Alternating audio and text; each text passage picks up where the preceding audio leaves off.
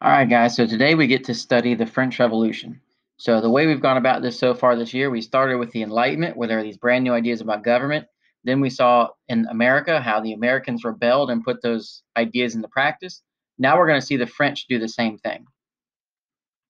So where we're going today, the reason we're doing this is because we want to be able to identify the major causes of the French Revolution, including how the American Revolution, the Enlightenment, uh, the social system in France, the government corruption, and economic factors all lead to this happening. So we're going to start by talking about the causes of the French Revolution. So about 90% of today's lesson is going to be about the causes of the French Revolution. And there's really going to be five primary causes. Number one, the ideas of the Enlightenment are going to impact the people of France and give them a desire to revolt. They're going to look at the example of the Americans and realize that this is possible. They've got terrible inequality in France. They've got a terrible financial crisis, and they have a terrible leader of their government in King Louis XVI. Now, out of all of these five things, when I ask you tomorrow, when I ask you a week from now, when I ask you a month from now, what caused the French Revolution? I want all of your brains to immediately go to inequality. The inequality in France was terrible. And we're going to see that in just a few minutes. But I always want you guys to think about the French Revolution in terms of the giant inequality that was going on in France. So we're going to look at each one of these in turn now. So we're going to look at each one of these one at a time. So we're going to start by looking at the Enlightenment and the American Revolution. And I'm not going to spend a lot of time on this, but very simply, the Enlightenment ideas are going to impact the people of France, just like the Americans. They're going to look at the idea of the consent of the governed, which means permission of the people, the idea of natural rights, separation of powers so the king doesn't have all the power, Rousseau's idea of following the general will or following the will of the people, what the people want. Those ideas are going to have tremendous impact on the people of France. Now, the American Revolution also has a big impact because the Americans showed an example of how people can revolt on Enlightenment ideas and find success. But these two revolutions are going to be completely different. Just because the French are using the Americans as motivation doesn't mean they go about it in the same way. So the American Revolution is far less complex. The French Revolution is just confusing. I'm going to be honest with you guys. As we study this, you're going to be a little bit confused because there's so much that goes on. We're going to simplify it, but it is very, very complex with a lot of different parts. In the American Revolution, you have the Americans against the British. That's very, very simple. But in the French Revolution, you have all these different groups fighting against each other trying to get power. The French Revolution is very bloody. A lot of people killed. We're going to have a lot of heads come off people's bodies um, as people are celebrating in the streets. A whole lot of crazy stuff. And it's more radical, which means there's more significant change. So in the American Revolution, what the Americans wanted was to get rid of British influence, but keep most of their same governments, keep their colonial governments in terms of states. What the French are going to do is try to create a brand new political order and a brand new social order. They're not just trying to get rid of the influence of the British. Here, they're trying to overthrow their king, overthrow their social system, overthrow their political system, and start brand new. And so we call this a more radical revolution. Now, I told you I want you to think about inequality. So the inequality in the French society was significant, and French society was divided into three different groups, or what they called three different estates. So at the very bottom of this triangle is the third estate. Those are the people. All right. It says everyone else. So if you are not a member of the first or the second estate, you get thrown in this third estate. The second estate is the nobility. Those are the people who have royal blood, the people who can look at their genetic history and say, hey, I am a descendant of this guy, who is a descendant of this guy, who's a descendant of this guy, and he's nobility. He's special. He was a part of a royal family. Now, you might be thinking, Coach Beard, that's the weirdest thing I've ever heard. But that was pretty normal several hundred years ago. The first estate was the clergy, or the people who worked for the church. Now, the thing about French society is that the first and the second estate were treated awesome. Their lives were great. Third estate, not so much. So when we look at French society, we see that very few people were a part of the clergy, only about 1%. But even though there's not many people in it, the church and the clergy owned 10% of the land. So they owned a lot of the wealth, even though there aren't many people in there. The nobles made up about 2%. They own about a fourth of the land. So again, very rich, but there's not many of them. Everybody else is about 97% of the population. So what I want you to imagine as we're talking about the French Revolution, you are a member of the third estate. You're not a member of the special classes. You're a member of the third estate. I would be a member of the third estate. We're just the normal people. Now, here's the inequality part. The third estate, despite the fact that most of the wealth was with the clergy and the nobles in the first and second estate, the third estate carries the tax burden. The first estate is not taxed, the second estate is not taxed. And eventually, as people are listening to the Enlightenment, they begin to realize this system is wrong, this system is not fair. And so they start to desire change. Now, how would the thinkers of the Enlightenment challenge this system in France? Well, that's very simple. I mean, we could see this idea of inequality was challenged greatly by the Enlightenment philosophers. Um, First of all, Montesquieu would say, well, the king shouldn't have all the power. That's bad. John Locke would say people have natural rights. You can't just tax one group and not another. Voltaire would demand for freedom of speech so those people can actually get change in their country. Now, this brings us to another cause, which is the financial crisis. Simply put, there were economic problems, and the people of France were struggling big time. The government was struggling. The individual people were struggling.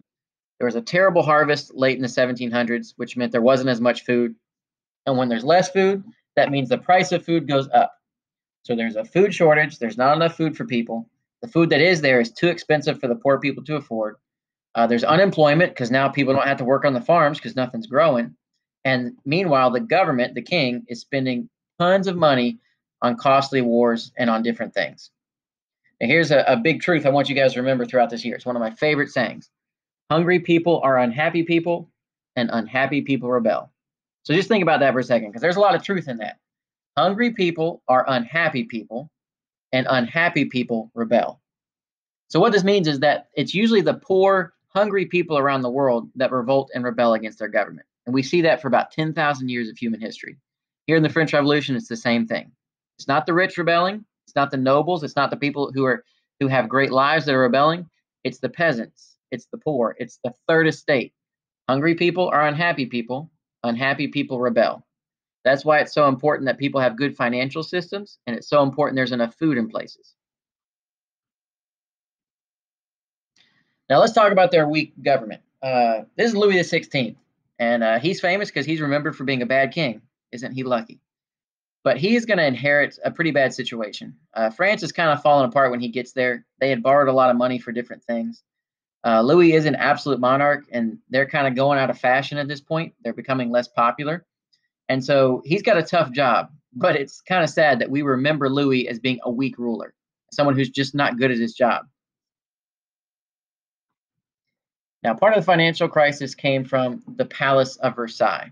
So there's a huge debt from the Palace of Versailles. All right, you already showed that slide, so we're going to go on.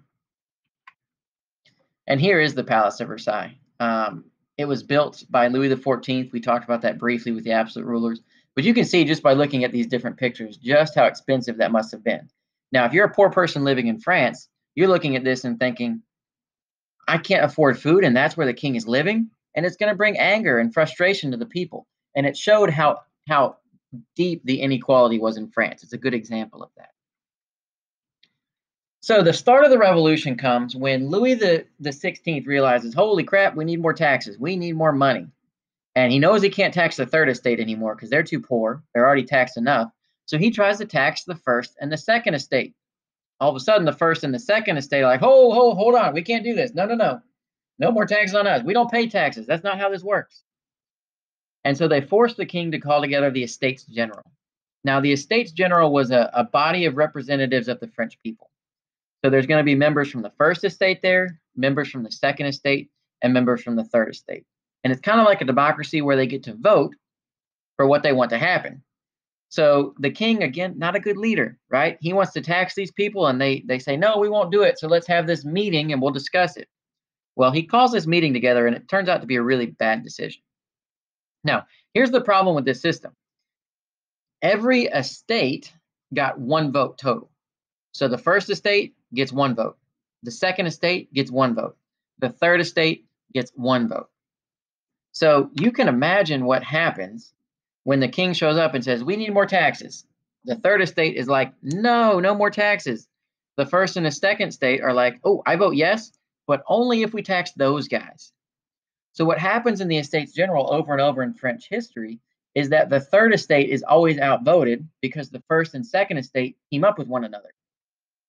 Now, this is inherently unequal, unfair, goes against Enlightenment thought, goes against general will, goes against the idea of separation of powers, all of it. And so the third estate has had enough and they're ready to get something new. So the result of these problems, the third estate breaks away and calls themselves the National Assembly. And they basically kind of make themselves the new government. And they decide that they want to write a constitution. Now, a constitution is a document that limits the power of a government. So they're saying, look, the government has too much power, king has too much power, we're being mistreated. We need a constitution to limit that power. Well, they keep meeting, the king doesn't like it. So eventually the king locks down all the buildings so they can't meet anywhere. Well, these gentlemen are problem solvers, these members of the third estate. So they go to a tennis court, which is like a gym. All right. They break into a gym, and in this gym or this tennis court, they make an oath. They make a promise that they will never stop meeting until they have a fair and a just constitution, which essentially means a fair and a just government. Now, this is very famous as the tennis court oath. And you can see a painting of that on the screen as these men are holding their hand up and swearing their loyalty that they will not stop fighting until they get this fair and just government. Now, this National Assembly, they actually do have some authority. They have some power, all right? They kind of are in charge a little bit. So what they start to do is they start to destroy the privileges of the first and second estate. They start to take away their tax privileges, their privileges with landowning and that sort of thing, make sure they're equal under the law. And one of the things they write is the Declaration of the Rights of Man and the Citizen. This is basically the French version of the Declaration of Independence. They don't have to declare independence from anyone, but what they do have to do is write this document that says, here are our beliefs and how people have rights and how people have a right to live a better life. Among these things was underlined equality over and over. Equality, equality, equality. Members of the third estate should not be punished for being in the third estate, and they should have all the same privileges and rights as members of the first and members of the second estate. Now, eventually things turn violent. All right, so the king is getting the army together to squash this rebellion and get his power back, and the people find out about it and they freak out. So what they do is they attack a building, which is kind of like a prison known as the Bastille, and they tear it apart brick by brick. They free the prisoners, who are political prisoners of the king. They cut the head off the guard, the head guard. They parade his body and his head through the streets, and they're celebrating that they are destroying this symbol of the king's power. They take the weapons from this place, and all of a sudden Paris is abandoned by the king, abandoned by the army, and the members of the third estate have complete control of the capital in Paris. So this is a very big deal. This is known as Bastille Day in France, and they celebrate it just like we celebrate Independence Day on the 4th of July. Now, eventually the violence spreads around France, not just in Paris. And this time period is known as the Great Fear. So this is very early on in the French Revolution. Peasants begin to arm themselves. They're preparing for revolution. Violence is spreading. Members of the first and second estate are being attacked. They're giving up their land. They're giving up all these things, trying to keep the peace. So to try and end the violence, many of the nobles and the clergy, the first and the second estate, they begin to pay taxes. They begin to give up some of their privileges to try to give concessions to give this equality. They agree that all males can hold offices in government. You don't have to be a part of the first or second estate to do it. Anyone can be in the army. Anyone can be a leader in the church if they're chosen for it. Church land is sold off to pay for all these debts they have. And so at the beginning of the French Revolution, it looks like the people of France are going to get what they want. And what they want is equality.